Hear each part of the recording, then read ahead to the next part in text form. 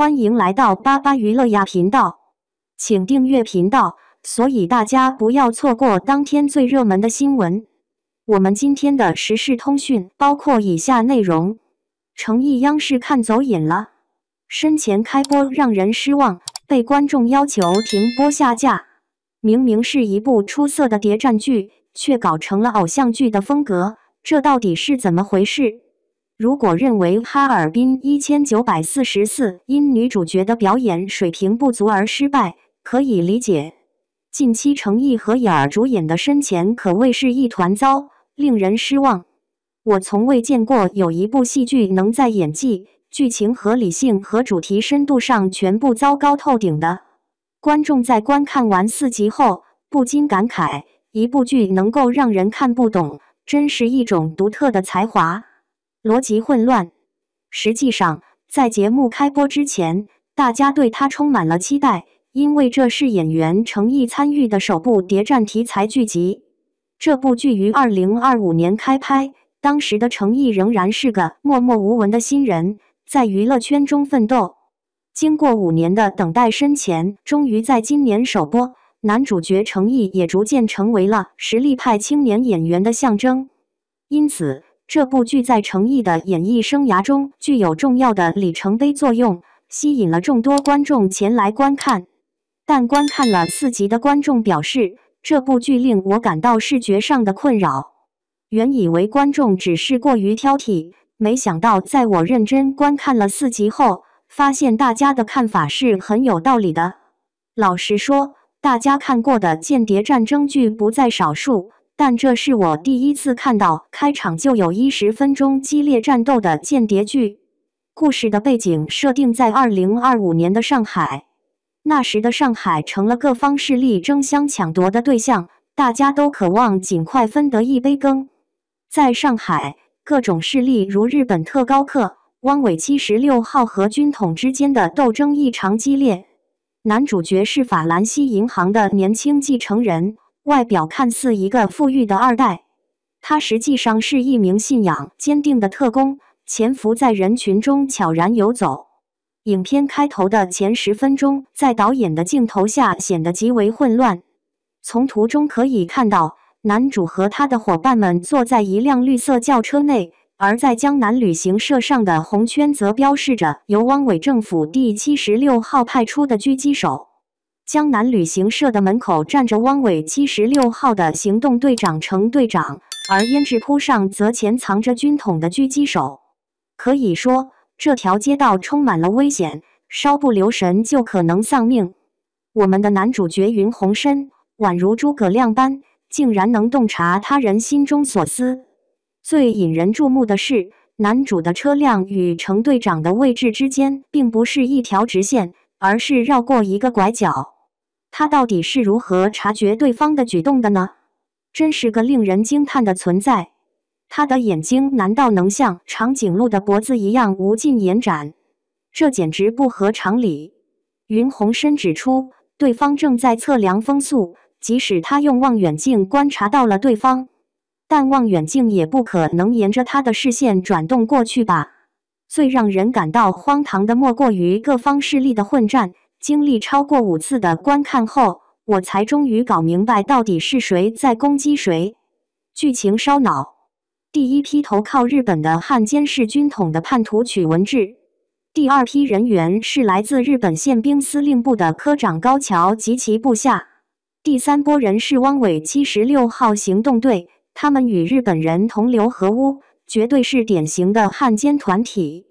第4波人是湖南军统派遣来清除叛徒曲文志的执行小组，第5组人则是来自上海军统，他们表面上是协助湖南军统处理问题，实际上是为了扰乱局面，趁机捞取利益。第6组则是男主他们3人的行动团队，第7组则是日本特工子爵及其随行人员。故事大致是这样的。伪叛徒曲文志是前来上海与日本特工子爵会面的，汪伪政权和日本宪兵队负责保护这2个人，而军统则是为了铲除叛徒曲文志而来的。男主云鸿深明白这是假冒的曲文志，为了避免更多人无辜丧命，他在其中进行干扰和周旋。随后，湖南军统、上海军统与日本人以及76号的四方势力展开了你来我往的激烈冲突。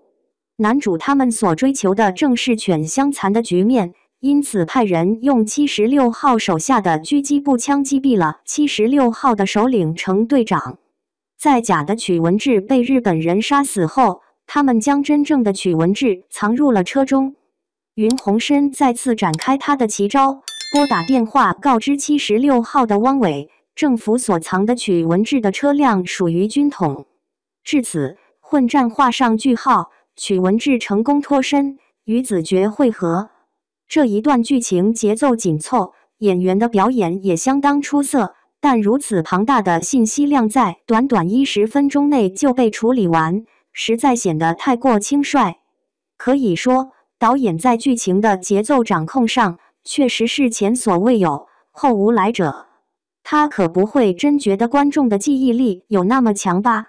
当然，除了剧情的混乱之外，还有演员方面的问题。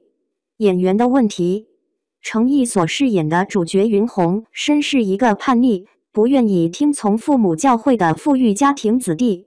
5年前的程毅面容显得较为稚嫩，但不知是否剧组的妆容没有上好，给人一种脸部不平整的感觉。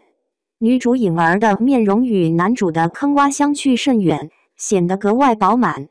精致的妆容使她的眼睛格外突出，甚至有些让人感到害怕。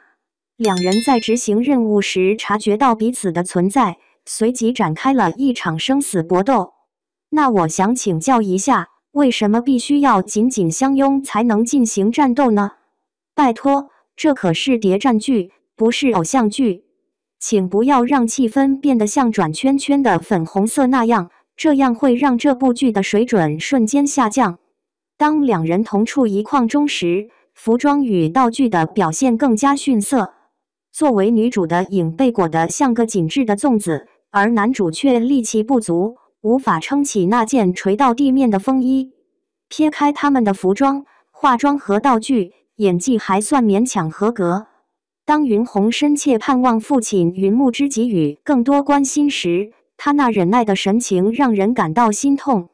然而不容忽视的是，他面颊上的法令纹显得过于明显。这次老戏骨王劲松没有留胡子，看起来并不像一个担心儿子的父亲，脸上的小表情变化不定，令人困惑。不过剧组使用的发胶效果真不错，王劲松的发型非常出色，甚至比男主角的还要好。当云鸿深提到中国人应该互相帮助时，王劲松作为父亲并没有表现出欣喜或感动，反而流露出一副审慎和怀疑的神情，让人不禁质疑云鸿深是否真的是亲生之子。其实云木之也是一位从事地下工作的人员，但他的表演实在无法体现这一点。当然，最让人感到惊喜的还是《追风者》里的林队长在此剧中化身为男主的大哥云鸿奇。他在遇到医生米兰时愣住了，眼神迷离，仿佛一见倾心。尽管爱情是美好的，但这部剧属于谍战类型，请不要总是将重心放在偶像剧上。随后，云木之为了保护儿子不得不退出，经过家庭的变故，云鸿深由此成熟起来。尽管这部剧的开篇显得杂乱无章，逻辑不合理，演员的表现也令人担忧。然而，如果男主在后来的发展中能够真正成长，并为国家的利益考虑，那将会更加引人注目吧。对于这部剧，大家可以将其视为一部抗日神剧，毕竟主角的光环实在是太过耀眼。